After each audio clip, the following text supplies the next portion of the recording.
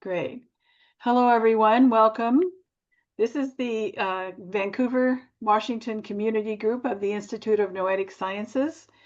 Our group serves members and friends of the Institute of Noetic Sciences, a nonprofit organization dedicated to research and education on consciousness, human potential, and personal and social transformation. The Vancouver IONS Community Group is wholly independent of the Institute. The mission of the Institute is to reveal the interconnected nature of reality through scientific exploration, personal discovery, and creating a more compassionate, thriving, and sustainable world. And our speaker tonight, we're very happy to welcome Alan Briskin. He's an award-winning author and leadership consultant whose work bridges collective wisdom, spirituality, and organizational change. For over 4 decades, he has advised mission-driven organizations, including Kaiser Permanente and George Lucas Educational Foundation, helping leaders apply practical wisdom to complex challenges. A co-founder of the Collective Wisdom Initiative, Alan was named a noted humanist scholar by Saybrook University. He has served as senior advisor to the Goi Peace Foundation in Tokyo, executive advisor to the Institute of Noetic Sciences, where he co-developed its program on noetic leadership, and senior advisor to the One Humanity Institute in Poland. His books include The Power of Collective Wisdom, Daily Miracles, and The Stirring of Soul in the Workplace. His book that just came out, Space is Not Empty, How Hidden Fields Are Shaping Your Life and Our World, he wrote with Mary V. Galinas, and it came out this month, and this is what he's going to talk about tonight.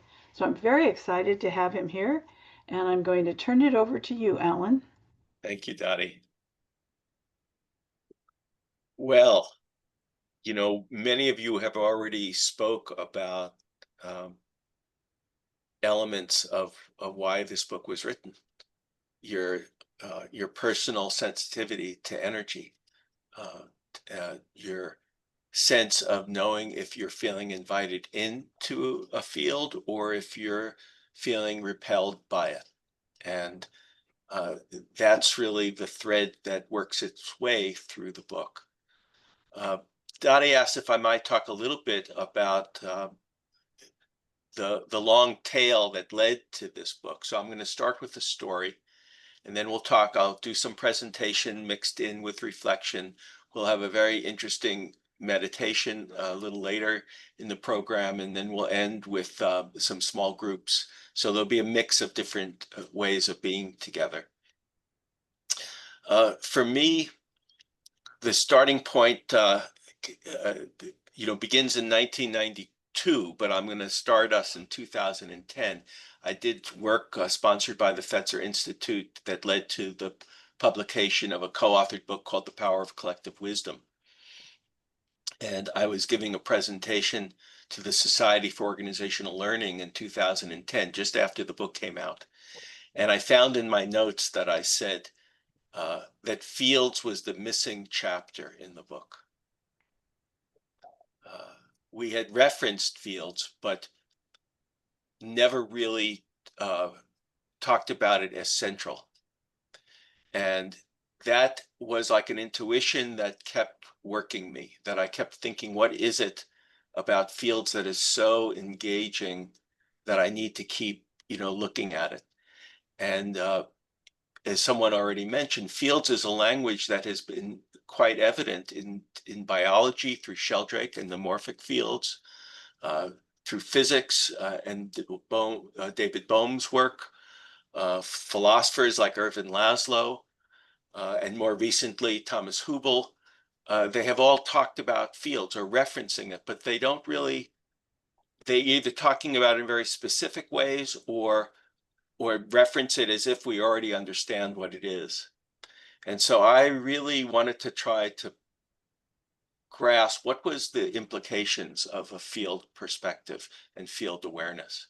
And so within the next few years, I started studying Jung and Sheldrake and Laszlo and Bohm, and really try to find where in their writings they were talking about fields. And so I started taking notes, and I called it my white paper.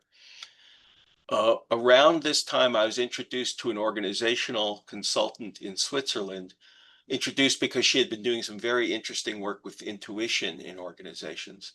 And we held a Zoom conversation over a couple of years.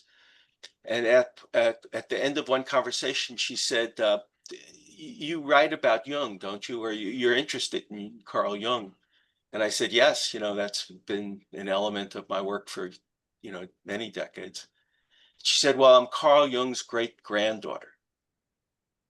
And every year I invite guests to the castle he built, Bollingen Tower, and for conversation. And because I'm the great granddaughter, it's a private residence, but I have access to it one or 2 weeks a year. And so I went, and I felt it was a kind of message that I was on the right trail.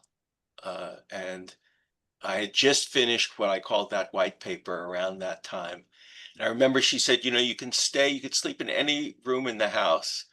And she took me into the different rooms. And Jung had painted, some of you have the Red Book, you'll see these incredible drawings he has, some of which are about a wisdom figure, Philemon, that he viewed as an inner spirit that he learned from Philemon that we have internal figures that have a life of their own. And it's through the dialogue with these aspects of ourselves that show up in waking dreams and actual dreams that we begin to access information beyond our own, the knowledge we could have just on our own. And so this was all kind of pushing me in a direction of which I didn't know where it was going. I really didn't. I didn't actually have the idea of writing a book. And I gave a presentation shortly after the visit to Bollingen Tower to a group called the Global Learning Exchange Network. It was a group I actually helped start. David Sibbitt and Gisela Wendling were the founders. And there was a gathering in California of 20 or so consultants, both local, both US and global. And David's a graphic recorder, and we started drawing a graphic representation of all these different people that have written about fields.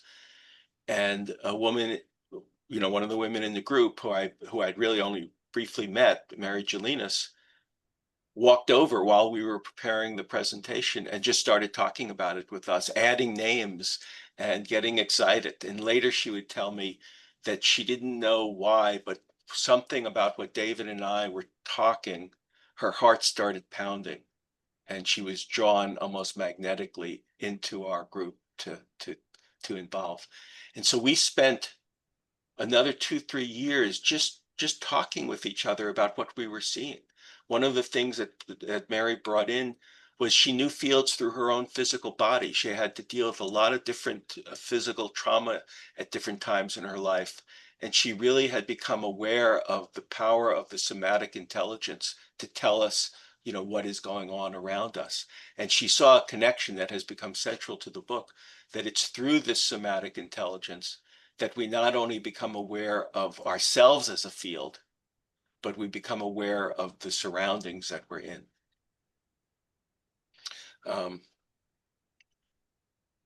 So those conversations went on for 2 or 3 years, and for the first time when we actually imagined the book, we went back to David and Gisela's home and mapped out the book, and that was almost exactly 4 years ago. So the book itself has been 4 years in incubation, but it has a tail that goes back, 15 years and longer. So that's the backstory. I'm going to start the presentation, and as Dottie said, the book is Space is Not Empty: How Hidden Fields are Shaping Your Life and Our World. And one of the questions Dottie asked me initially when we talked about my joining this is, what are the implications of a book like this? Not only what's in it, but what is it really inviting? And for me, it was inviting. Part one is what someone has already brought up, which is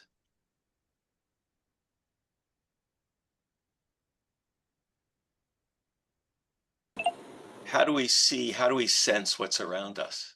Marshall McLuhan was attributed saying, "I don't know who discovered water, but I'm pretty sure it wasn't a fish." When we're in the middle of a medium, it becomes invisible to us. And the question Mary and I were asking is, can we become visible of our actual energetic surroundings? How would we go about doing that? And what would it reveal? And so the question that Dottie asked about what are the larger implications, I want to take us in some ways to the implications at a much larger level, which is there's three shifts that I believe at this time in our history, they are limiting beliefs that we will have to be able to move beyond. And the first, which IONS has been at the center of, is the shift from the Newtonian to quantum assumptions.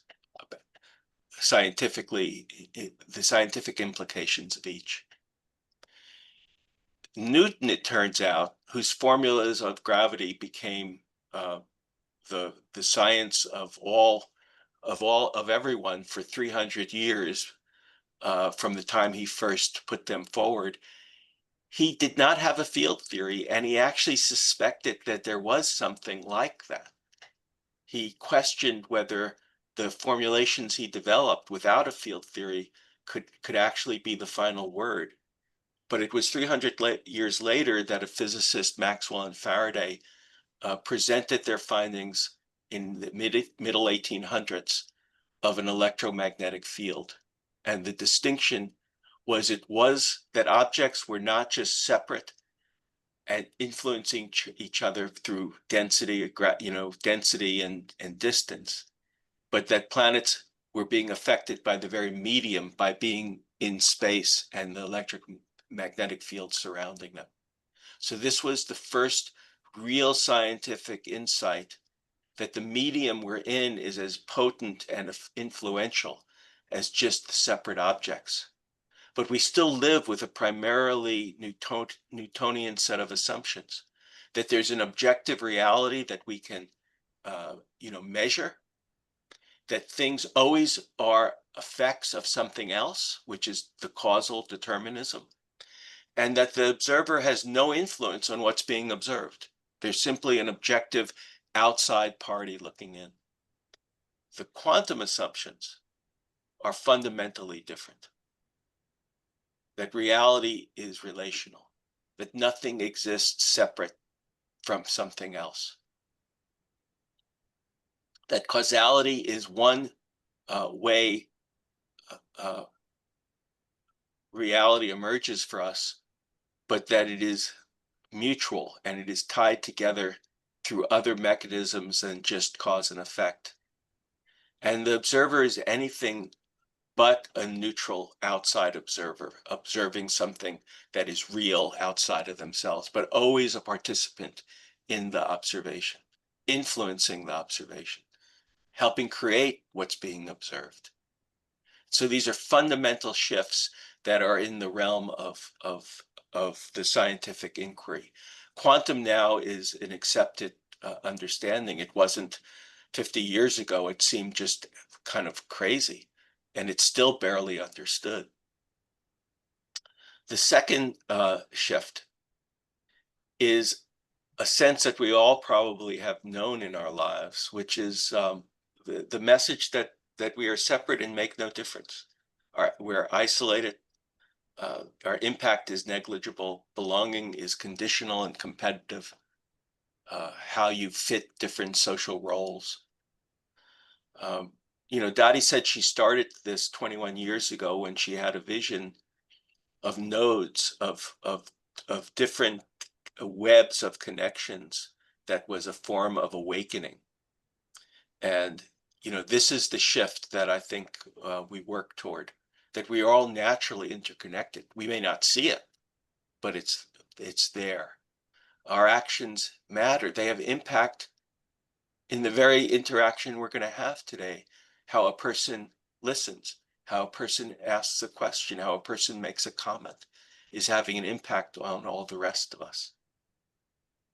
And that rather than we are simply um, that our belonging is conditional on how well we behave or what society's roles are, that we each have inherent value and agency, and that worth arises from belonging and contribution. Finally, and this is quite evident today, that there's very different mediums by which people assume stability and strength. And the older paradigm is that, I don't know if you can see that, that signs of strength is hierarchical and dominant and usually in the hands of men. That systems are maintained through regulation and discipline and authority, and that separation defines identity. The Marlboro Man is the symbol we have used for what it means to be accomplished. And we're learning, particularly in the work I did with the Power of Collective Wisdom, that while there is a role for individual, very much a role for individuals, that the real strength is shared power through collaboration and care and reciprocity, that trust and adaptability is what creates the stability, not the strong man, and that our identities are interwoven. The self is distinct but inseparable from its relationship to community, and that worth is intrinsic. So I'm going to let you just sort of absorb this for a moment. We'll take a moment to just breathe. I'm going to ask Dottie in a moment to unmute, and then we can start with raising hands, and Dottie can call on you, but we may transition to just open-ended comments. But this is a chance to breathe this in, to say what resonates, what thoughts came up, what emerged for you as you were listening to me.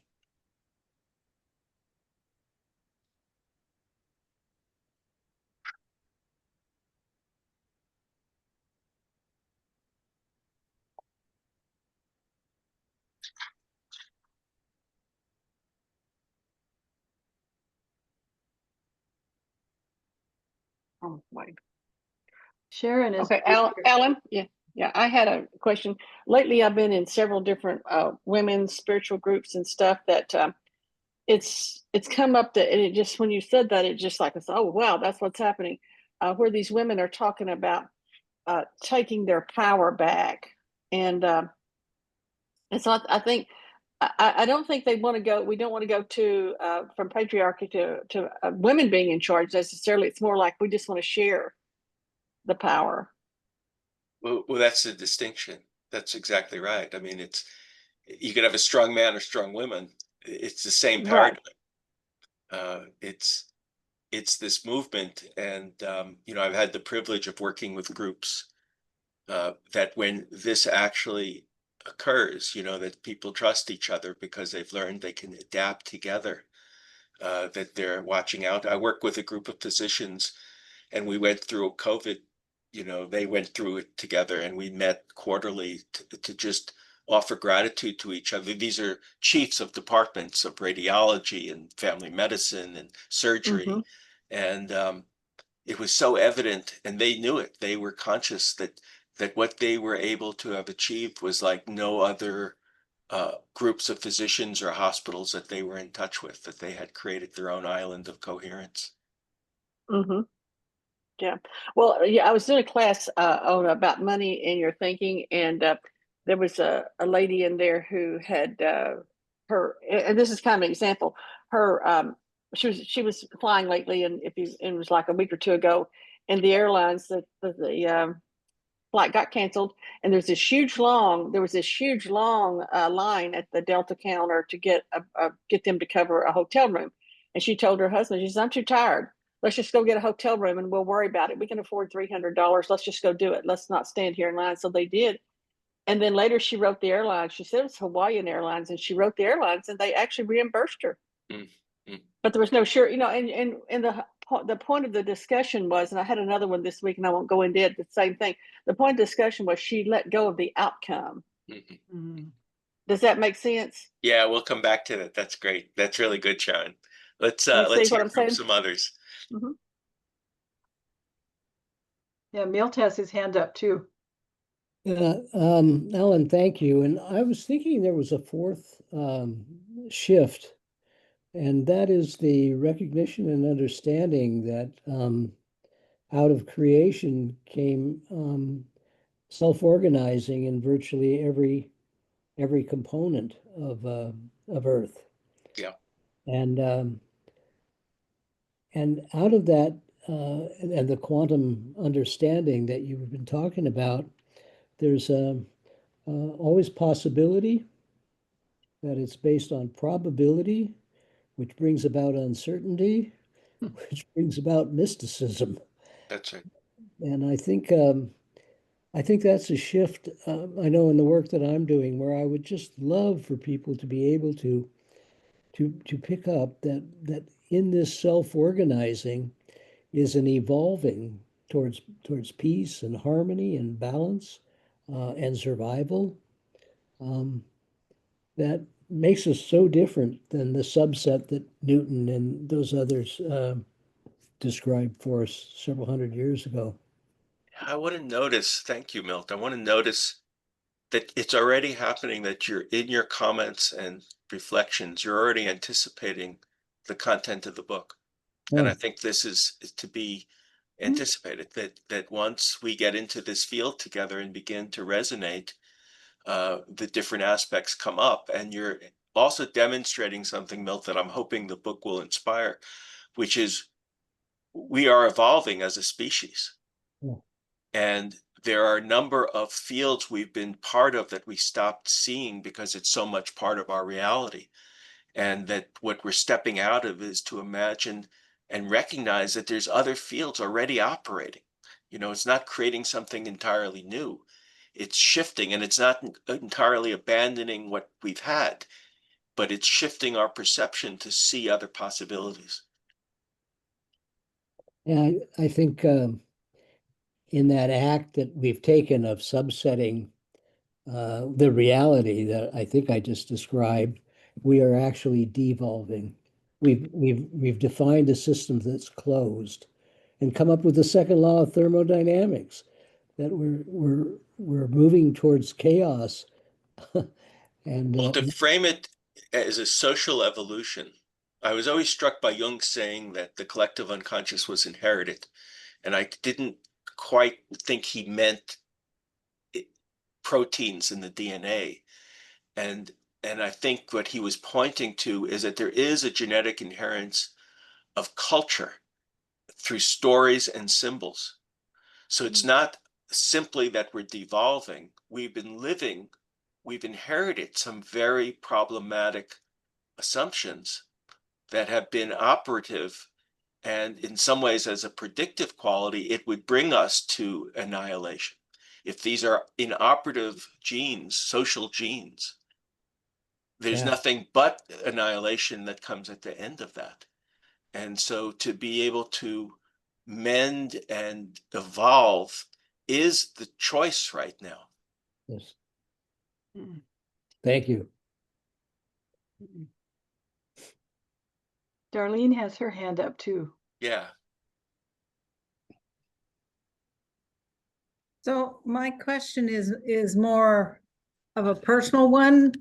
When you think about when I think about fields, the personal field would be my aura, my chi. How is that different or same or a subset of what you're talking about? Very nice. Yeah. I hope as I walk through how we came up with distinctions to talk about fields, literally the personal field, the social field, and the noetic field, the what we what emerged was that each of us are a field manifest, And all these just energetic and informational elements that we experience is the field that makes us up. There, it just as we were talking about the Newtonian stuff, we are not a solid thing. We're a dynamic, evolving consciousness, in a physical body. And so to be aware increasingly of ourselves as a field and what makes up that field, the dynamism of that field, the energies that grow strong and dissipate, how aging affects the human individual field. All of this is part of the inquiry and exploration. So thank you for that. It's essential that we don't just see this as some kind of abstract social event. This is happening simultaneously with each of our own individual fields.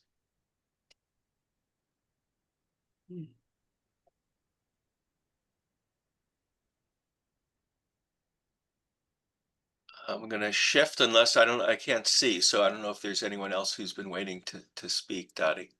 No one else has their hand up that I can see. Okay. Excellent timing then. I want to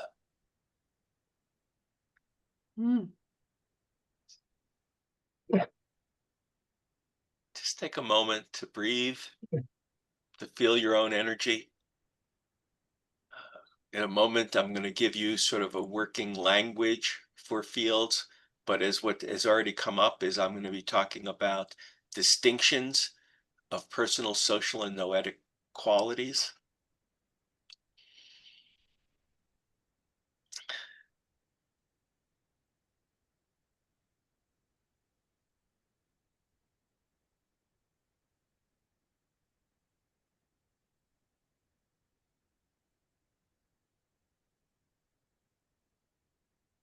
And so while I think that definitions sometimes imprison us, I wanted to at least give in some handholds. And because the language of fields was so diverse, as I mentioned, it shows up in biology, physics, the social sciences. Kurt Lewin talked about fields. It goes on. And when people reference fields, they don't really have a way of holding it so that all of these different expressions of it can be understood.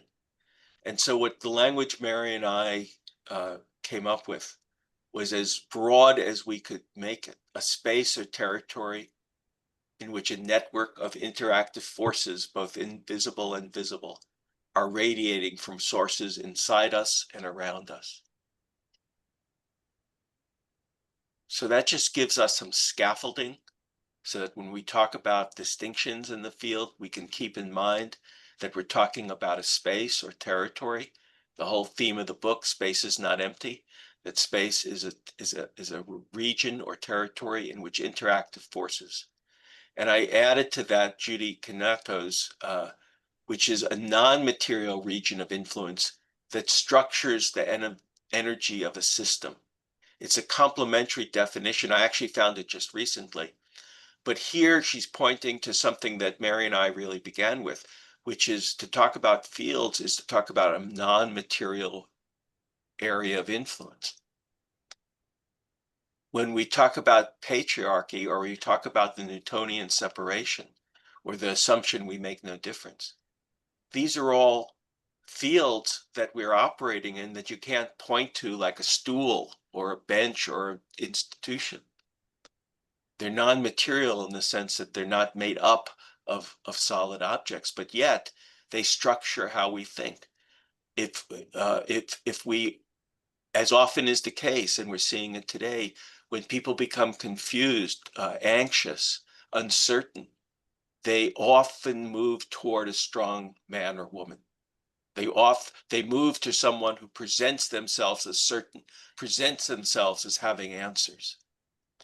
And rarely are we conscious that that's a natural movement within us, one that we have to actually restrain to some degree, because it's the ambiguity and the uncertainty that is the seedbed of new possibilities. And if we abort that by moving towards certainty too quickly, We don't let that discomfort do its work for us.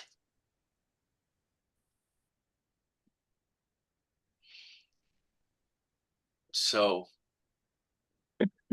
I'm very aware of that there's sometimes we can get enamored of ideas and thoughts, and I want us to sort of have the experience of moving back and forth between ideas and breath and body. And so one of the organizing symbols of our work is the starling murmuration. Starlings are small birds that flock, but unlike most birds that flock, they make remarkable configurations in the sky. And they have been studied quite a bit of how it is they can do this. And so I'm bringing forward a video of a starling murmuration that was filmed. And I'm asking you to let what we've talked about so far just sort of do its work, to just breathe. Your thoughts may go all over the place, or you may have none. Both are equally good. And I'm going to ask Dottie to play this 3-4 minute video as a kind of waking meditation that we can have together. So I'm going to stop sharing, Dottie, is that right? Yes. Okay, and then I'll share.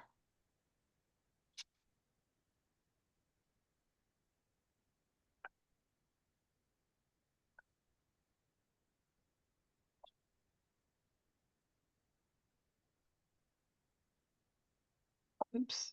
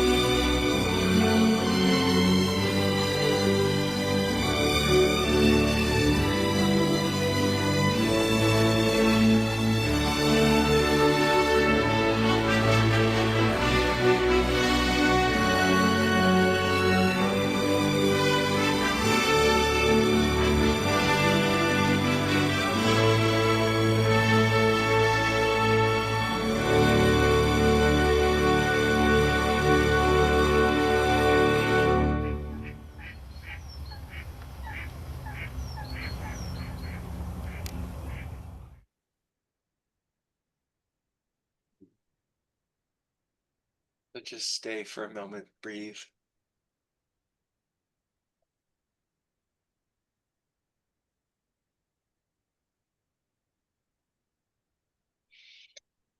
Now I'm going to ask something that's rarely done. I'm going to ask Dottie to unmute everyone. And it's not necessary to speak, but we're inviting whoever wishes to speak briefly. Just a feeling, a thought, an image. and to then, after that brief word or two or three, to let there be a heartbeat or two, and then see who else wants to bring forward a reflection. Always brief, always a heartbeat or two between. And we'll just sit here, for 3-4 minutes.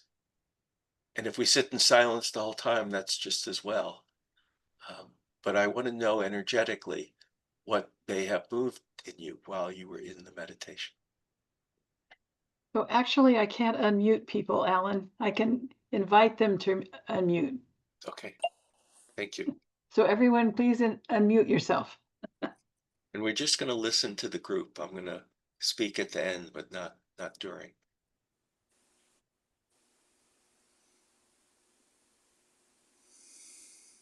What a lovely dance it was. I was in the flow.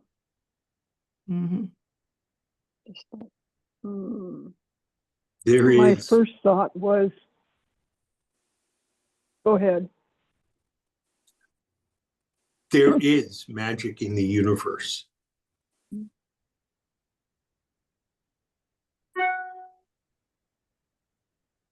My first thought was, so much for linearity. Exquisite cosmic choreography touches me so much.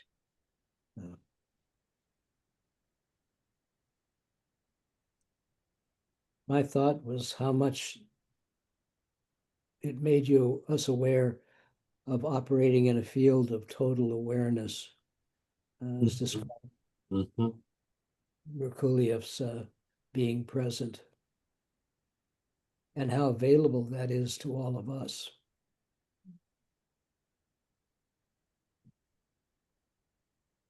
My thought was just one of total amazement, just total amazement.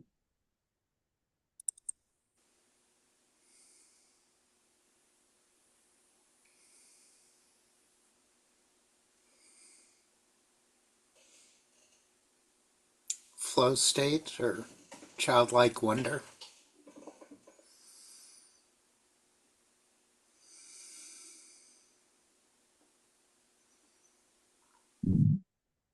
It's so different than somebody who would be planning and designing and engineering something like that. Beautiful.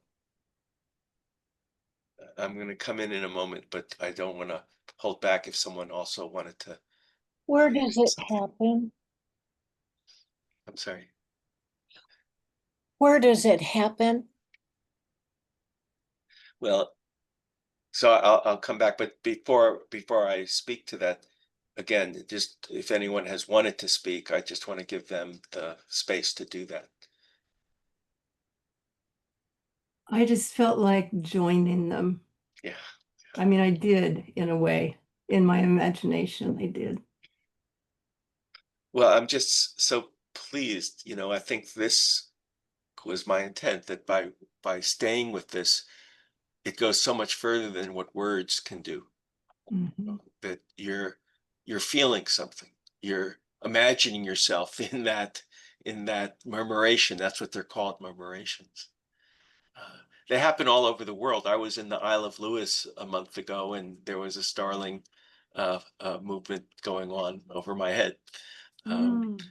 So I don't know of any place directly here in my area of California, but I know people who spoke of seeing murmurations in Vermont. So once you become aware of them, you learn more about them and learn about the people who filmed them. But it's all the things you spontaneously brought forward, the nonlinearity of it, the contrast with the planning. And again, none of my work, I work with engineers, scientists, doctors. There's great value in planning. There's great value in analytic skills. But if it becomes one-sided, literally it becomes one-sided in our brain. And that what we're speaking about is recognizing and inviting a harmonization between the analytic aspects of human consciousness and this other side that has been marginalized and repressed. Mm-hmm. And I know that when I've watched this many times with groups, I can't help but also recognize some sadness. It's like the beauty of this is so obvious and contagious. Mm-hmm. And yet it's so difficult for people to really find their way into the murmuration.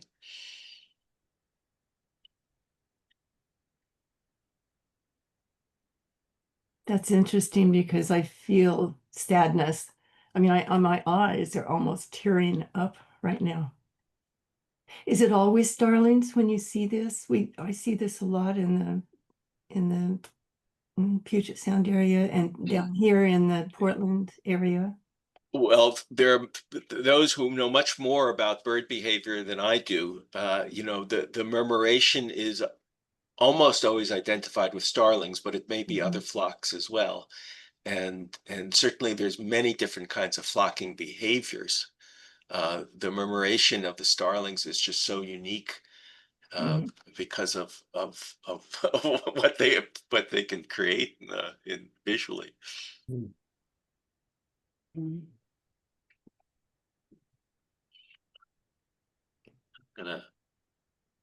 Jeanette, you can check out the Swifts. Oh, yes. The Chapman School every year. I understand they've left that chimney and gone elsewhere or spread in other places around the town. Maybe. So I want to take us to the implications of something. We talked earlier, someone brought up, you know, the personal field, the energy we experience in our body, auras, and the different kinds of ways we experience our somatic body. Until recently, scientists believed that brain function was limited to direct chemical and electrical connectivity, axon synapses, neurotransmitters like oxytocin. That's all true, but it's relatively recent that they're recognizing that neuronal activity in the brain, but I also think in the heart and gut, where neurons are known to be, that they create electrical fields. And these electrical fields seem to be related to different kinds of harmonization. And it was striking because Dottie and I talked about the say it, Dottie. Telepathy tapes. Telepathy tapes. And this is studies of children who have been identified as autistic with no language, having direct connection often with their mother, and being able to have telepathy. And there's no exact explanation of how this could happen, but it happens. And I think that as the more we begin to learn about the different nature of fields, we're going to begin to see that there's information transmitted through these kinds of electromagnetic and other kinds of fields that exist. And so this, what's called ephaptic fields, are not just things out in the sky. They're going on right now as we're sitting and talking with each other.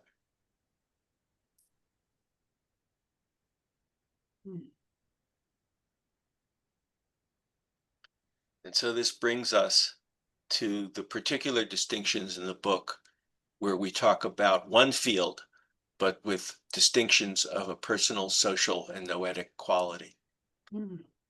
And this occurred because in the first years, I said Mary and I had been talking for 3 years before we sat down and began to map out the book, is I realized that fields is such a generic word that either people didn't think there was anything to it, or they already thought they knew what it was. So they might mention, oh yes, Lewin talked about fields, or yes, morphic fields by Sheldrake, or yeah, the collective unconscious is a field. And so to bring distinctions into something without necessarily separating them. So that's why we use the language of 3 interconnecting, all-encompassing fields. And the first one is the personal field. And I'm going to let you just read the slide and then I'll comment on it.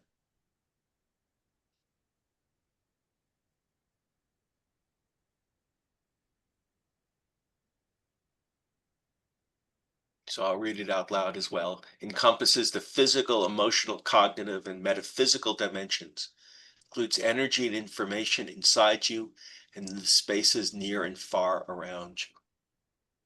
So when we talk about those children identified as autistic who are able to read what their mother or someone else is thinking, the space of the personal field is not just inside of our skin. It extends, whether some say 4 or 5 feet out. We know that the beating of your heart can be measured 4 or 5 feet distant from your body.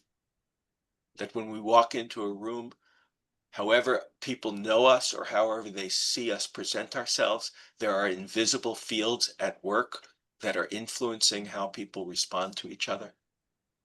And one of the things that I think Mary brought in very strongly is that it's not a personal field in separation. It's a personal field that is your bridge to the social and noetic fields. That when we experience awe, it's not just something that happened to us, it's something that our own personal field has become receptive to. When we experience that room that we go into and we say, I got to get out of here. Whether you get out of there or not, the first step is to validate this is not your imagination. You are registering something. You could be overreacting in a way. You could be reminded of a trauma. I mean, there's many different ways to understand it. But the first step is to validate it, that our intuition, our sense of ourselves in relation to others is the starting ground to recognize fields. And the question becomes, and should become, is what's happening just in me or is it in the room? And how do I find out? How do I maybe mirror what I'm feeling to others to see what is there? It happened already just a few minutes ago when I talked about sadness. And it mirrored another person's recognition of that, tears actually forming in her eyes. So this is my form of humor. It's not the 5 steps to recognize fields. It's the slowing down. It's being aware of our body's messages. It's being an inquiry. What is it that I'm sensing? Without jumping to conclusions.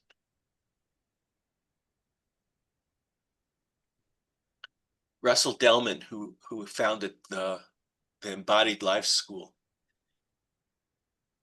he says, if you're really trying to envision something new, the thinking that we value so highly has to go secondary and has to be willing to bow and be of service to the ways of knowing coming out of a deeper place.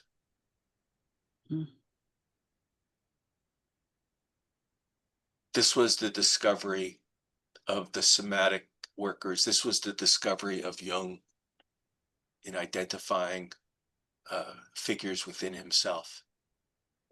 And it's a reminder how built in our reactivity is, how much we've developed patterns of thought that instantly are triggered.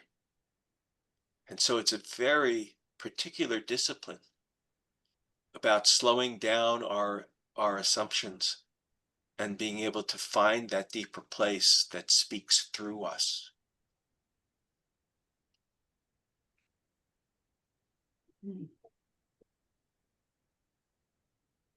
Pausing just to let people sit with us.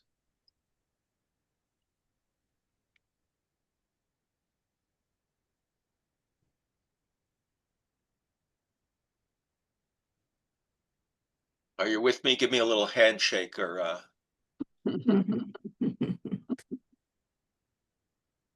social field includes our personal fields and the dynamic in human interactions and groups. And it includes the energy and information living in the physical spaces along with its history and culture. When we walk inside a hospital and they give us a dress with our backside showing, You know, that's a field being created. When we go into a schoolroom and we feel reminded of being in high school and having the test given to us, there's a level of infantilization, if you will, that immediately can take over. I don't care if you're 25 or 80. So that there's ways that we are constantly triggered by the fields that we're in. And what's distinction about Mary's and my description of the social field is it has elements that are non-material in nature. They can be elements of the history of a place. I joined Lauren Artress, who's worked with labyrinths at Chartres Cathedral. And if you're open to it, there is just this extraordinary sense of the history with all its complications. But you're not just anywhere, you're in this physical place and it's informing you.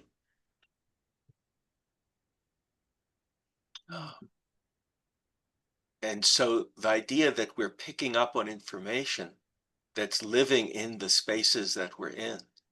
And so whether we talk about living on the grounds that were once indigenous people, or we talk about a place where there has been, I was at Culloden in Scotland, and it's an extraordinary physical space in which 300 years ago, the Scots and English, you know, slaughtered each other. And I still think we don't know how to transmute that energy. I spent a number of years with a group that located itself in Poland near Auschwitz for that specific reason. They wanted to work there to transmute that energy. Mm-hmm. And this is, again, a ways we can influence fields. We can work with darker energies if we're doing it with clear intention and with others.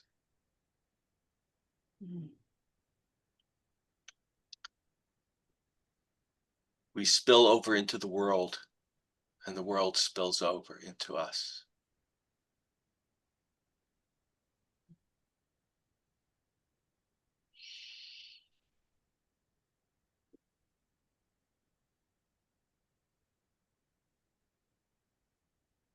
The mycorrhizal fields we're learning about underneath the ground,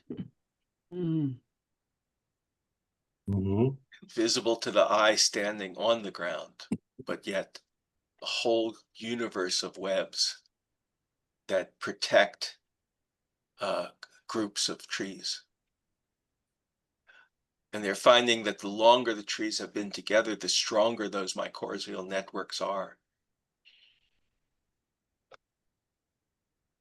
I just read something that said those roots click to each other. They actually have a sound, Wow. clicking sound. And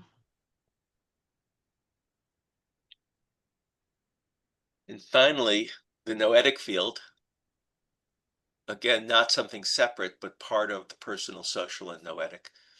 When I spoke of mapping out the book for 4 years ago, I actually had a fourth field, not that there's not many, but I had the psi field, which is where precognitive dreams and telepathy and all those things that Ion studies. But we brought it into the noetic field, one, because it was more manageable to have 3 distinctions rather than 4. But it was inspired by a footnote in one of the Socratic dialogues, which is he talks about nous, N-O-U-S, the root of noetic. And the footnote offered a translation of nous that corrected what I think has been a mistranslation of nous, which was mind or intellect. And it was exactly opposite of what Socrates was speaking of. When he spoke of the noetic, when he spoke of nous, he spoke of a self-regulating cosmic intelligence working for good ends. I believe this was what Milt, if I'm correct, was referring to earlier. Yeah.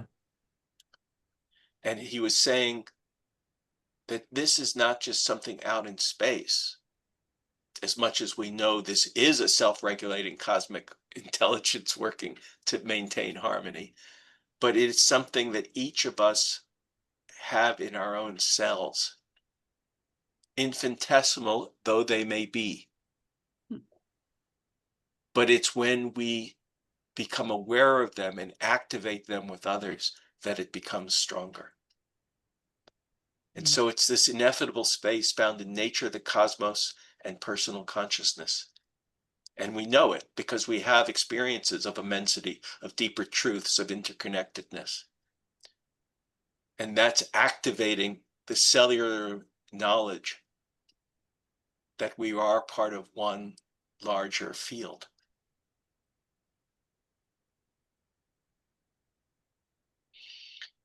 I'm going to pause here again to just, again, keep it brief, but what is emerging for you? What is stirring? What is happening emotionally?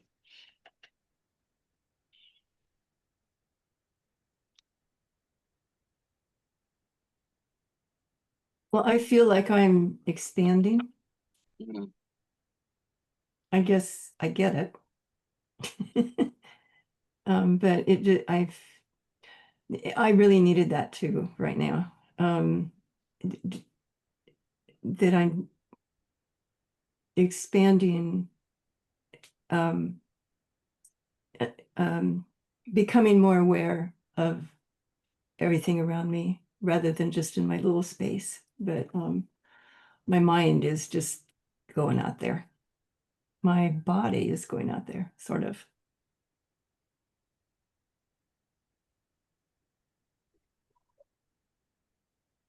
So, Alan, can I ask you a question? Oh. Yeah. So these fields are overlapping, right? Yeah. All in the same, because I feel like our group here right now, we've created a field Mhm. of ourselves, and we're not anywhere near each other Mhm. physically. That's right. Is that true? I mean, in your understanding, or your We have created a space in which interactions have begun to take place. That is the emergence of a field. right, and so they interact and they overlap. I mean, because there's That's right. fields right around me, and then That's these right. fields, and then I have other groups that I'm connected to, and That's right. yeah, family and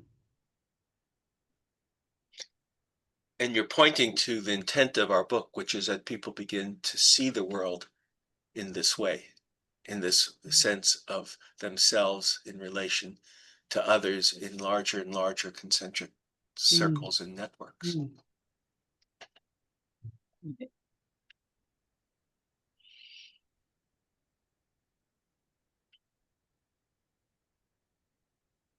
It occurs.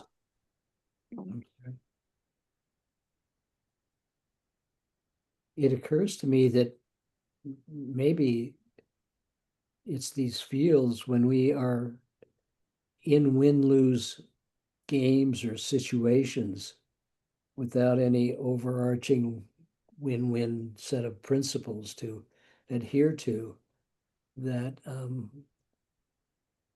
that the fields are actually conflicting, that we're setting up these auras around us that are just dissonant.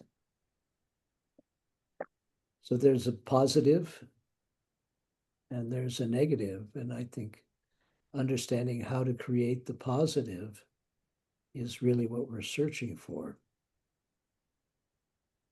I would add to that, Bill, because it's so central to our book, that we didn't present fields as just inherently positive. They are responsive to the interactions within them over time. And so what we call toxic fields, and that we're not only learning how to create positive life-affirming fields, we're also learning the much more deeper and difficult lessons of how to disrupt toxic fields. Yes. Mm-hmm. Mm-hmm.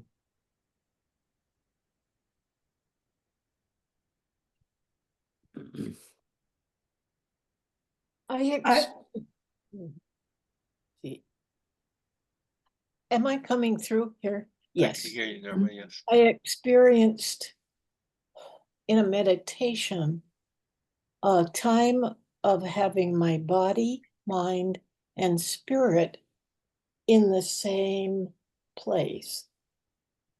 And I felt that I was open to messages.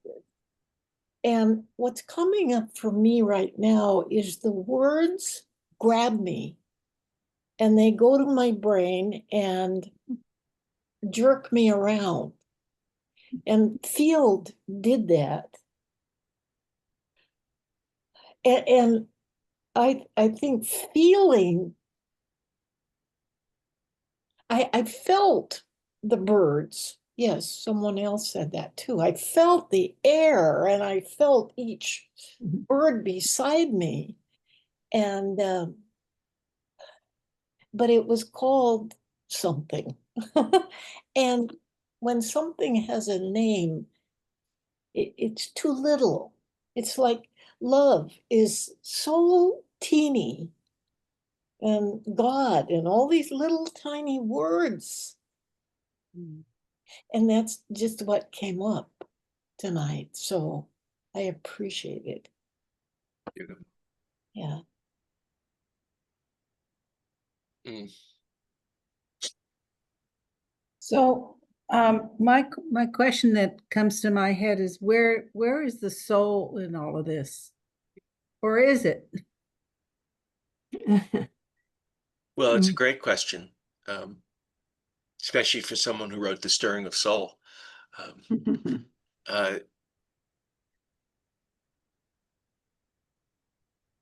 There is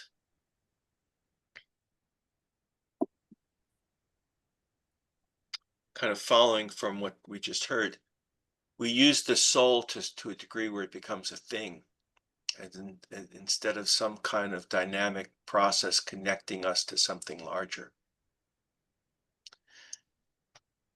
And so to understand how that word has emerged and the different mycorrhizal roots underneath that word, and how it is suggestive that we are connected to something infinite. And there is some kind of trajectory of our own lives that has meaning. And that the search to recognize that meaning, to find out what we're here for, is part of the invitation of soul and soul making. The soul can't be severed from the noetic. It's just our own individual destination within that larger field.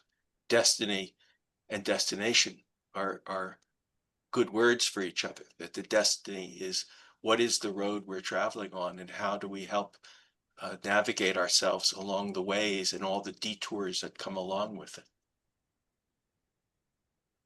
Which I'm going to ask again if there's someone who's holding back and wants to say something, but I'm going to move to how Jung approached his understanding of fields, and from that developed the concept of synchronicity.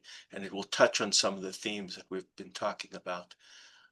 But before I open that chapter, just if there's anyone holding back and wishes to say something.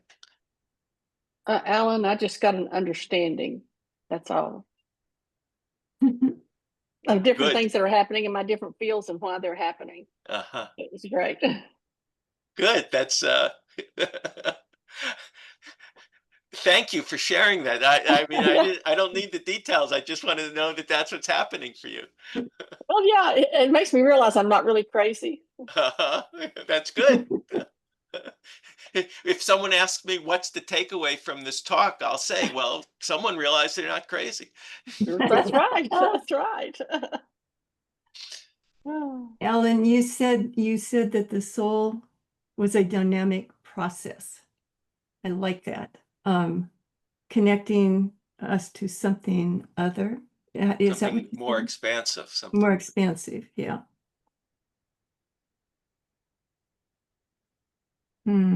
Boy, that's great. I like that. Alan, I just have this analogy in my head and I want to check it out with you, I guess. So, like probably everybody on this call, I've been paying attention a lot to discern beliefs and assumptions that don't serve me, and relying on how I feel when I'm believing a certain way that doesn't serve me. And so, and that can shift moment to moment. And so the analogy of being in a, say, in a lake or a swimming pool or something, and you're walking through one part of it and it's really cool and fresh, and then maybe you hit a too warm part, and then because it feels like I can be in this peacefulness, and then it's like I just get kind of gripped by this resentment or cynicism. I don't know. So I'm just wondering about the interplay of fields that we sense in our. So the sensing, I like the image of being in water. There's a fluidity to that. There's emotional, the symbolism of emotion. And it's something that we can practice and learn as a discipline, that there's not a fixed state. Oh, I'm so happy. Oh, no, I'm not happy. You know, we don't get to keep fixed states. Fixed states are not part of the dynamism of life. And so to notice how we move, part of the value of meditation and contemplative practices is we get to witness our own mind taking flight, or monkey mind, you know, jumping from branch to branch. And we begin to develop an appreciation, not a judgment, but an appreciation that will happen. It will happen when we're maybe more anxious, will happen under certain stress of uncertainties. But rather than it defining us, rather than our becoming fixed on, oh, what's the matter with me? I'm losing track of things again. You're moving through those waters, and sometimes they'll be chillier and sometimes they'll be warmer. And there's no it there. It's consciousness itself that is moving around through our own personal field. You know, it's why people are titrating how much news they can take, because those are energetic information. And for some of us, seeing it visually is more difficult. Some rather read. I mean, you know, the very question of how much can I even take in of the social circumstances without becoming despondent, despairing. And one, it's the work we each have to do personally, but two, it's why we need each other so much. I mean, part of why I practice as we're doing without raising hands, not that I'm opposed to raising hands, but the practice is, this is a relatively new group, but yet you're learning very quickly how to pause. If two people are talking, one person, you know, steps back. You're allowing pauses between speech. Notice in some conversations that no one allows any moments of silence. That's just saturating the field so that people can't go inward.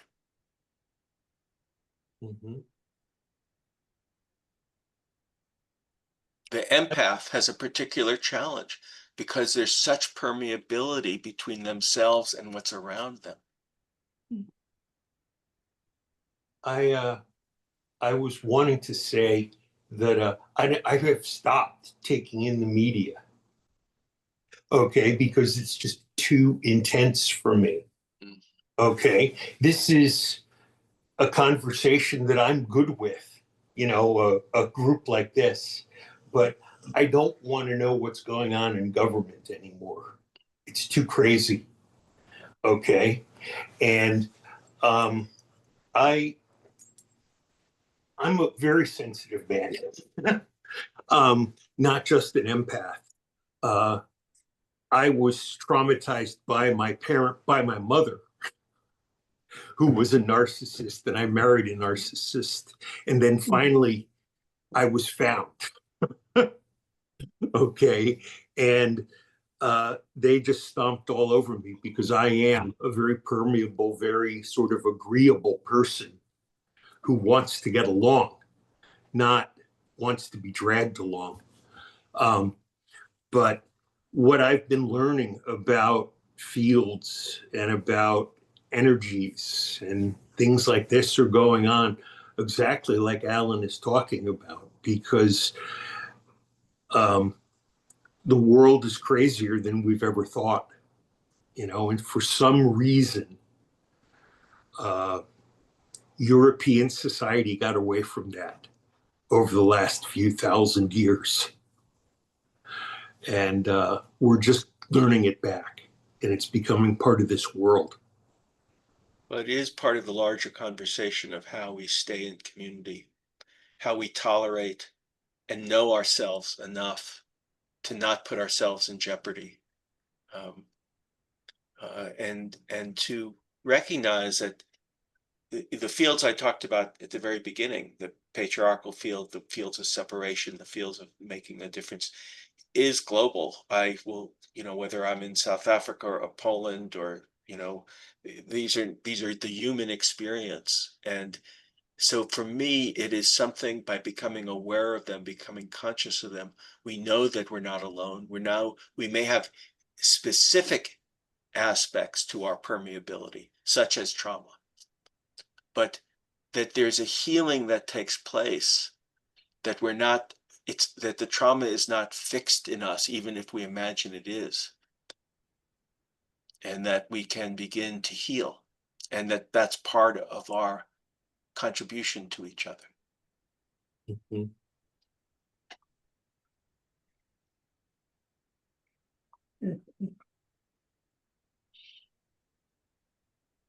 So I'm going to shift gears for us and talk about a specific instance of Jung's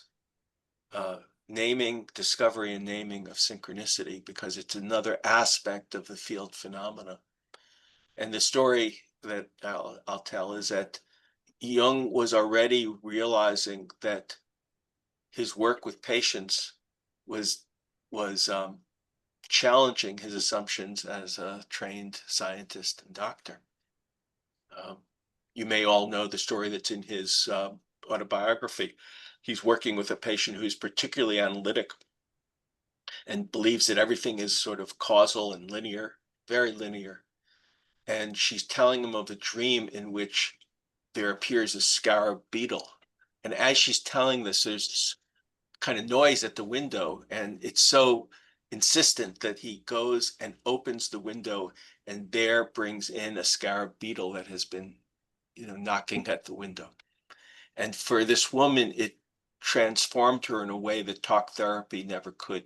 It was a direct relationship to the dream. So he knew that there was something happening, but he didn't know. He didn't have language for it. He didn't have concepts for it.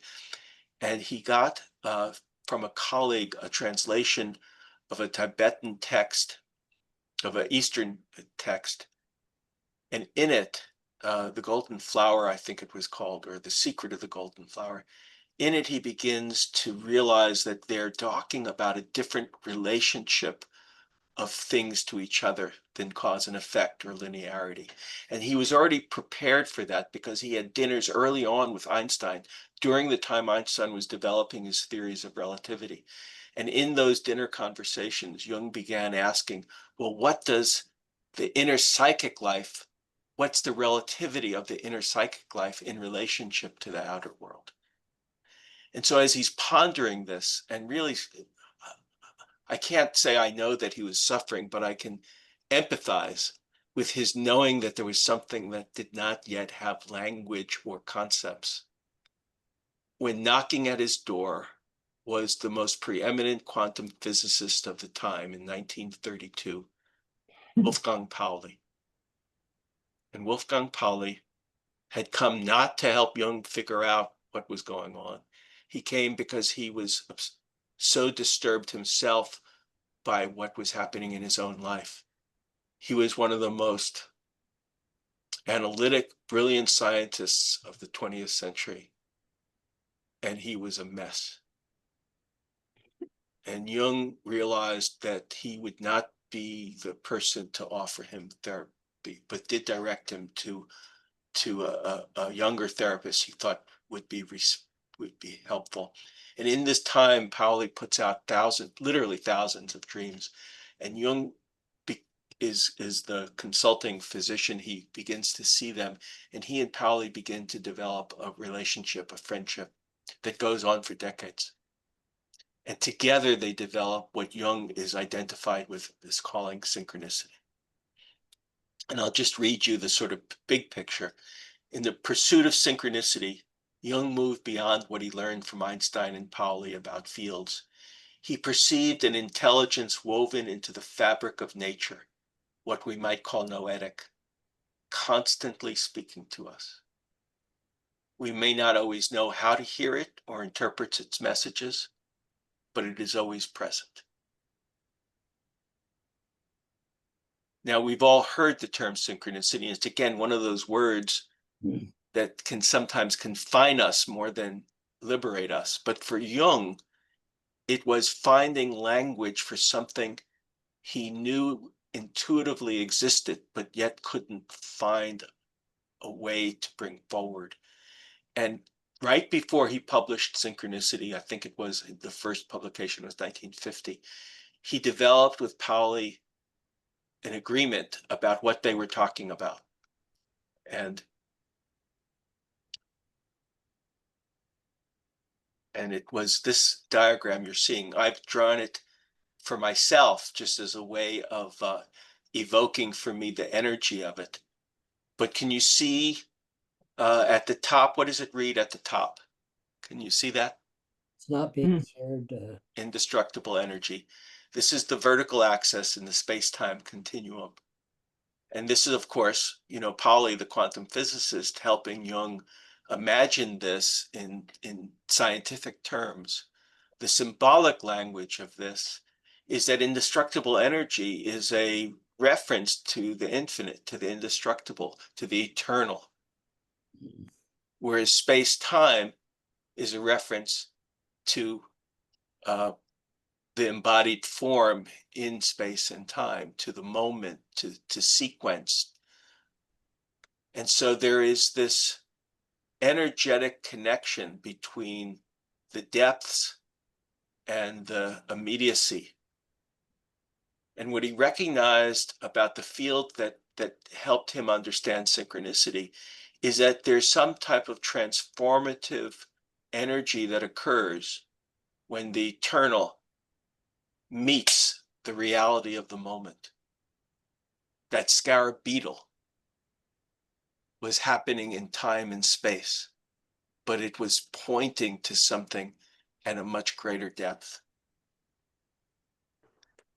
In the same way, he realized all of his efforts to prove that there was something acausal was not to discover something instead of, but a continuum from which cause and effect exists and operates. But there is some moment in time and space where it is no longer a connection through cause and effect, but a connection. He talks about equivalence, contingents, and finally he uses the word meaning.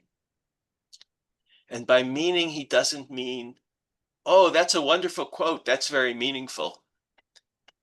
He means the personal experience of the eternal and the present in a transformative moment.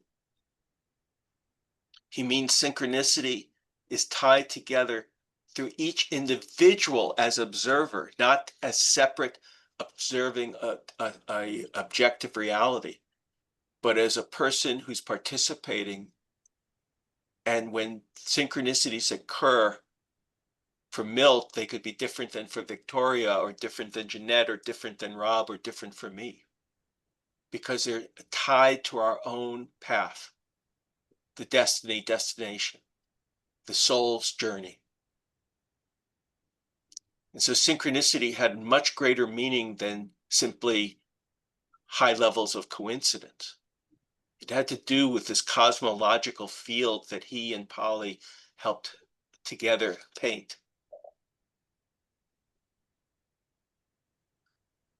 So now, if I haven't completely blown your mind, I'm going to ask again for some breath, some feelings, and then we're going to do an exercise together.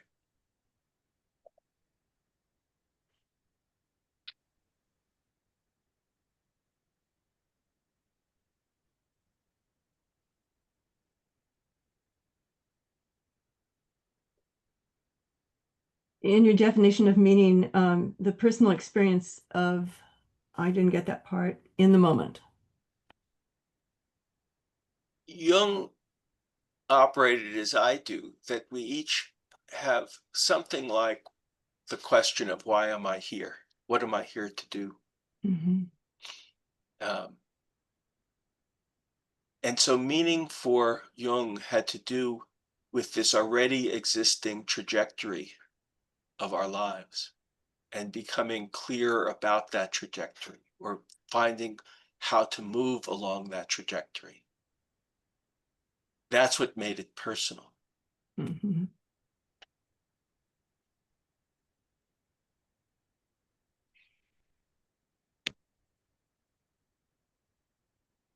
Alan, you mentioned symbolic language when you were speaking there. And I'm going to bring up something that is probably very tangential to what we're talking about tonight, but it would be so interesting to explore it in another hour, 2 hours like this. And that is, there are cultures who speak symbolic languages rather than alphabetic languages. And those symbols, every symbol is an utterance about what brings life. It connects us to the gift that nature has bestowed us with. And I know I was talking with a friend of mine about this and showed him a matrix of an ancient language. And he said, this will help people understand we don't know what we don't know. And I think we're entering very much into that realm now, and wonder if you had any comments about the symbolic languages where every utterance is about life, and it seems like every word is a story unto itself. Well, that is the alternate language from the linear vocabulary that we use, that each utterance is a story in itself, a representation of some type of relationship. But what I'll say in terms of what I think we're activating in the field is what you started by saying, what may be tangential. For 7 years, Mary and I would start talking about something, and then we'd enter in what we called rabbit holes. And, these were things that seemed initially tangential and then took us right down into, oh, now this is field language as well. Yeah, yeah. This is one of those rabbit holes, I think. Thank you. So I want to get you into smaller groups and in some ways test this, or at least experience it more directly. And so I'm going to ask in a moment, Dottie, to break you into groups of 3.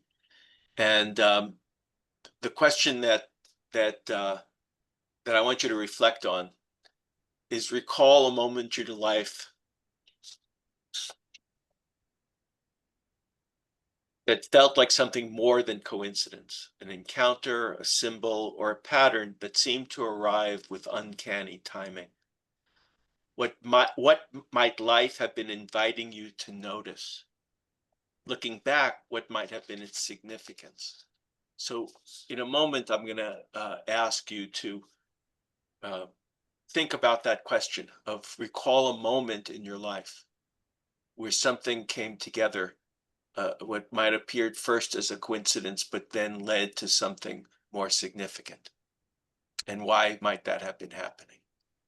And the directions for the groups of 3 is actually quite important, because there is a certain ambiguity to it all, and I want everyone to have their voice heard, so that each person takes a turn. There'll be about 12 minutes or so, and there'll be 3 people. So you have 3 or 4 minutes. Say your name always at the beginning as a way of bringing your pearl in. And then, more than explain, tell stories. I was sitting and then all of a sudden it started snowing and I felt like I needed to get a bottle of milk, and that's when I met my husband, or, however it shows up. But tell stories, stay in your body, stay in the feelings, that nothing in this setting is then tangential for what might come up through you. And the caution is to not get into, analyzing or explaining, well, this is why it happened, but to stay in the experience of the moment of that story. And for others to listen with a receptivity that's inviting that speaker to go deeper, and wordlessly, but just that they know that you're there and you're listening, and you're maybe suspending a bit your own story, but you're bringing as much as you can, your whole self, to hear it. And then when the person finishes, just acknowledge with a thank you, and then the second person can begin. If you all finish before the 12 minutes, then there may be new things that you would share with each other and think about. But we want at least the 12 minutes to have everyone to have some time to tell a story. You may not start right away with a story. You may, start somewhere just trying to find a story. So there's no way you can do this wrong, but the invitation is to remember a time. Before we begin, so Dottie, this is, I want to take a couple minutes for people to just close their eyes and be with themselves, to see what emerges. Often I find you don't have to think about this. Something will begin to show up in your mind and you can follow that trail. So take a few moments to breathe and turn your attention inward. Recall a moment in your life that felt like more than coincidence, an encounter or symbol that seemed to arrive with uncanny timing. What might life have been inviting you to notice? So with that, Dottie, I'm going to ask you to mark 2 minutes. Do you have a timer there? Yes, just a minute. To mark 2 minutes for everyone to now just take a breath, close your eyes, let yourself settle. And then in 2 minutes, Dottie, if you can move people into their groups of 3, and that's when you'll say your name and tell a story and make sure that all 3 people have a chance in the 12 minutes that you have. And then you want 12 minutes. Yep. Okay, so 2 minutes from now, you want me to create the. Yes. So Okay. This is for our more meditation purposes. Okay.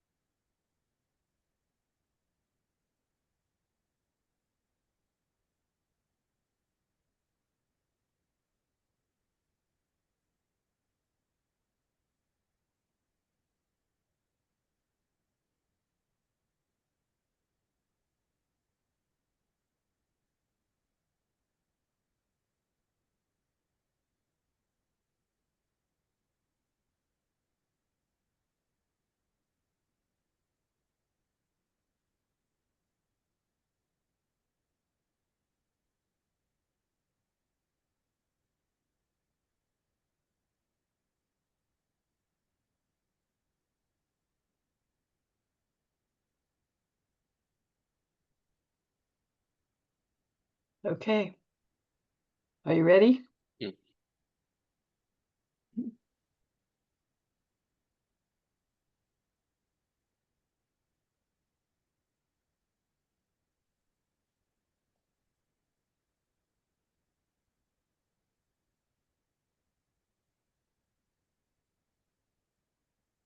Nadia, are you joining the group?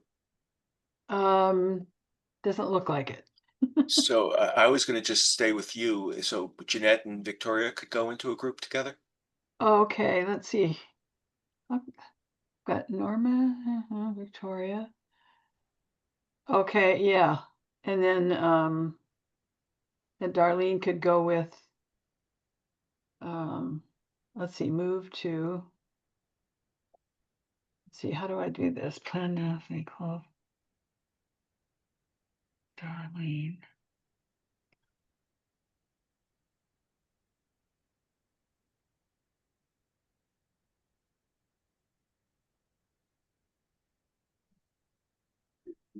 Jeanette, you can hear me? Yes. No. If all the groups are 3, then I think Jeanette could be a 4th, maybe. Yeah. I'll put her in. So Darlene, yeah, okay. So it looks, have they gone? So close all rooms, that means, no, that's not what I want. I'm still up here with you two. So do you have an instruction to join on your screen? Oh, yes, join breakout room. I'm sorry, I was looking at the pictures Yes. instead of, okay. Yeah, Me too, yeah. there, okay. And I'm showing room 3. Is that it? Is that Yeah, so you? you can just ignore it. Yeah, Okay, that's just, okay. yeah. Well, how are you doing? Good. It's quite interesting. I mean, I really relate to it. I have this sense of these different kinds of fields. You know, it's really interesting when I first went to Egypt the first time, and I got off the plane onto the tarmac. I felt like I was home. I felt like that the air was thick with history and there was so much there, you know, it was just a really interesting feeling. So important. I mean, I think that it's not uncommon, and we're Yeah. registering something, whether it's, our own past lives or whether it's something in the field itself that is connecting with you, but that experience is so common and not often discussed. This Yeah. particular I moment. felt like it was both. I felt like I'd been there before, that I was home, and also, you know, that I had more than one life there, and also that it was full of life, you know, that long history of life. I don't know, it's just Yes. interesting. And I do, you know, I do feel the different fields, like when we've created a field with our group as we meet and we come together like this, I feel like there's a field Yes. we've created. I would love to be able to go to the hill, you know, that the telepathy people talk about, where they Uh-huh. go and meet together. Yeah, yeah, I that's don't right. know how they find each other. That's what I'd like to Well, know. And I love the fact that they can only go there with an open heart. it's lovely. Yeah, isn't that a great Yeah, instruction? Yeah. but I find that very hopeful for our future. You know, that in order for us to be in this, we'll need to be in our open hearts. When one talks about the conditions for creating positive life affirming fields, it's an instruction that can't be a directive. Now you come with an open heart, but on the other side of that, it's those who can come with an open heart that create the conditions for people to feel valued, included, able to contribute. Yeah, yeah. I have Yeah. a colleague She was a clinical therapist, and she was working with trauma from immigrants from the Pol Pot genocide. And she was meeting people individually, but in her waiting room, the families and friends would sort of come and just hang out. She walked out of one of her one-to-one sessions and she looked at people knitting and drawing and talking.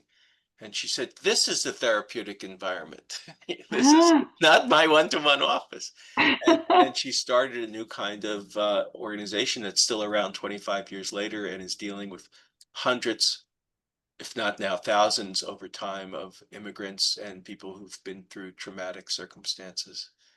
Wow. And so how does she do that? She just has them come together? Well, it's an organization that has had to grow over time, and I think I thought of her because she has such a loving heart. She just meets people and they can relax. And she has been able to do that even with institutional figures. So people who deal with funding and bureaucracies, they recognize that she's the real deal and she's doing things with people that no other groups are doing. So when she said that was the therapeutic space, what you said she created an organization? Yes, so she created an organization where people can come together and knit and draw. She brought in therapeutic interventions, such as art therapy, Okay. and any and all things that helped. I did a program with her where we took a group out to nature and did some nature bathing, and she's just available to anything that will aid people to connect with themselves and each other and nature. She's willing to explore it. Wow. What is the name of her group? Siri. It's in Oakland, and it's now quite established.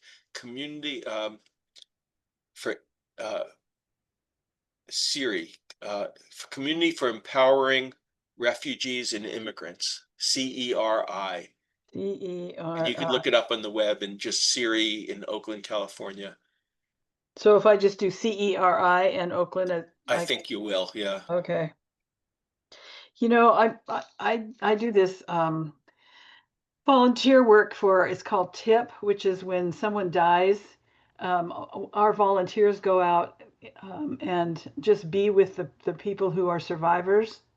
And I went out to a group home the other day where these women are there. They're homeless people and they're living in this shelter together.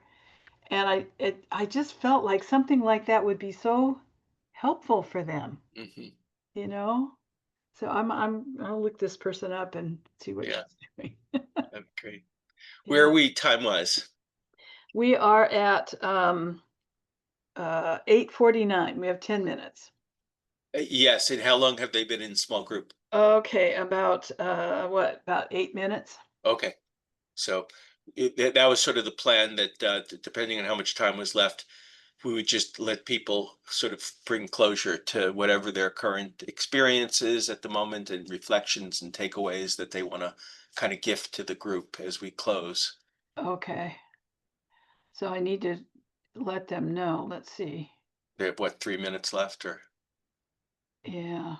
How do I tell? Let's see, where do I tell? Oh, here.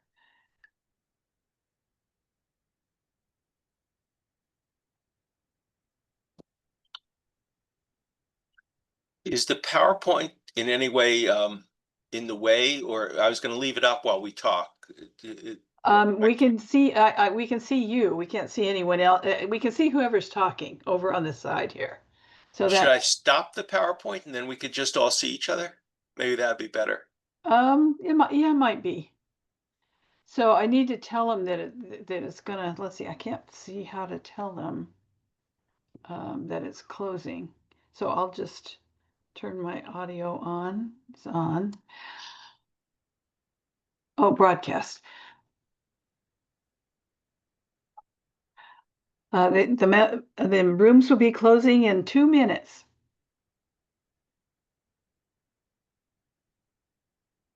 That a dictation? Yeah, it was just my voice. I could broadcast a message or a voice.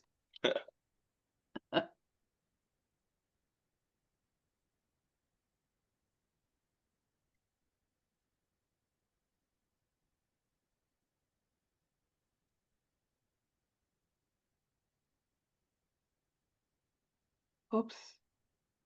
Not yet.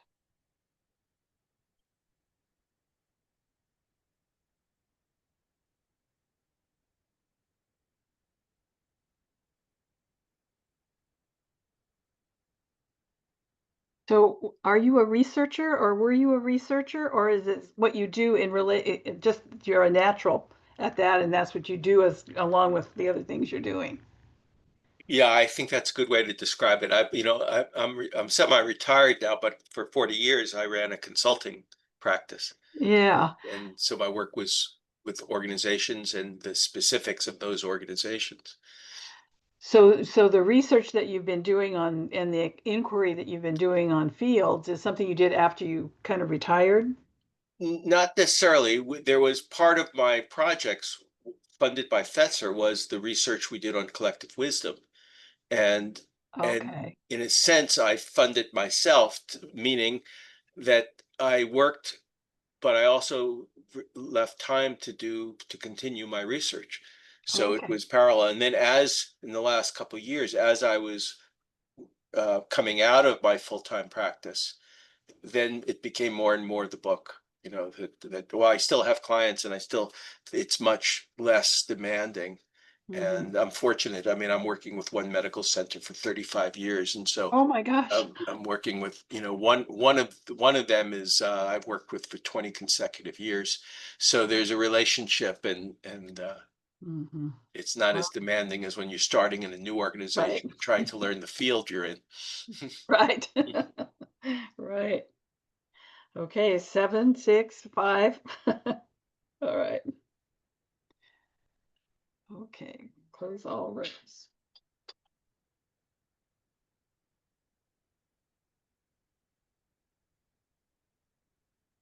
Okay, they've been given 60 seconds to leave their breakout room. It's always a little disruptive, especially if someone's in the middle of a story and then they're cut off, All We right. try to give people enough notice.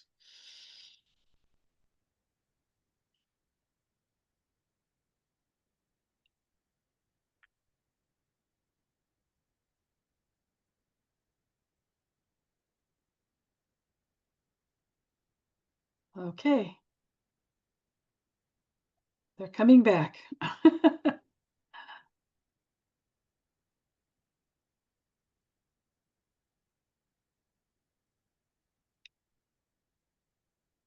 Is Rob talking to someone? He's on mute. He's on mute, yeah.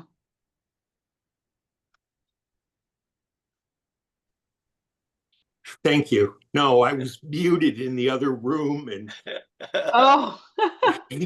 it was silly. So I popped out. Oh.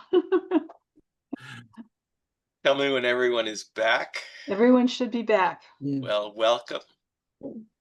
We have about 5 or so minutes, and we're going to do what we've been practicing all through, which is keep our mics open and to talk briefly, to let as many people who wish to offer. And the offering now is, where are you now?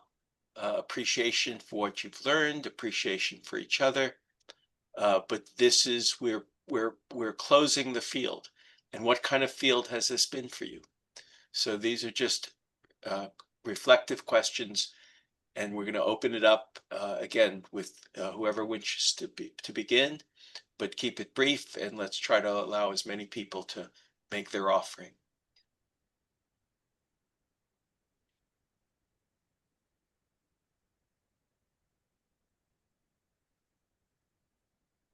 Well, I will go ahead and start rather than waiting.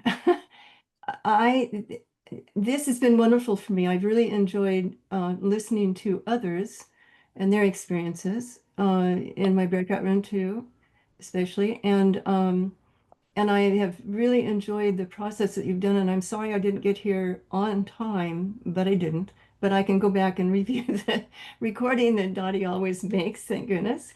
But anyway, I thank you very much. This has been something I really needed right now. I've been living in a nightmare with my computer, and it's not performing. It's getting worse every day. And this has really changed my perspective for now. I still have to deal with that, but I feel so much better. That's too.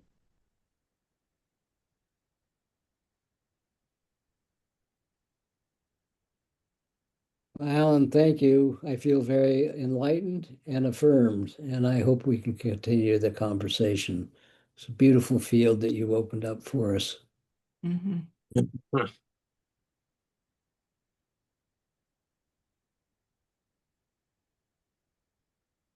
I feel like having the conceptual idea of these fields and how they are like this, and how I think you said at the beginning, you know, what are we invited into or repelled by? In this time when I think that we are moving from a general kind of field, that the beliefs, I really appreciated the different set of paradigms and beliefs. I really appreciated that, and this conceptual thing of fields helps make it more real and more, I think, operational sort of for people to just notice, how are you feeling when you believe these kinds of things? You're in this kind of field versus where we can be, because people can do that, I think. And so I really appreciate this. Thank you.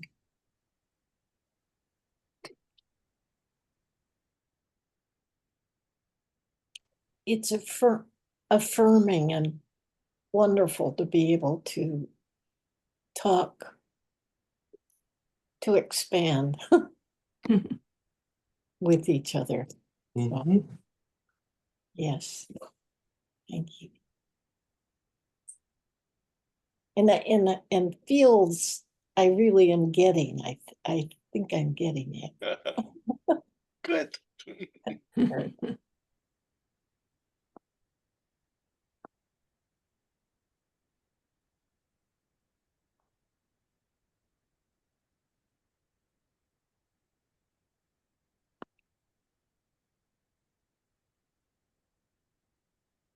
Well, I will just say thank you, Alan, very much for coming, being with us tonight and giving us your wisdom, your discoveries, your understandings.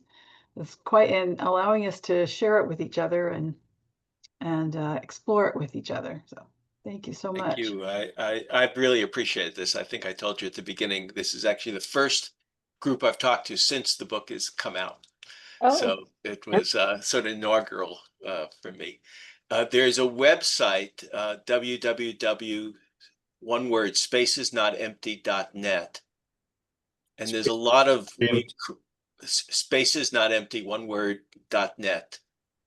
And we created it for educational purposes. So there's just a lot of things, videos, summaries, interviews.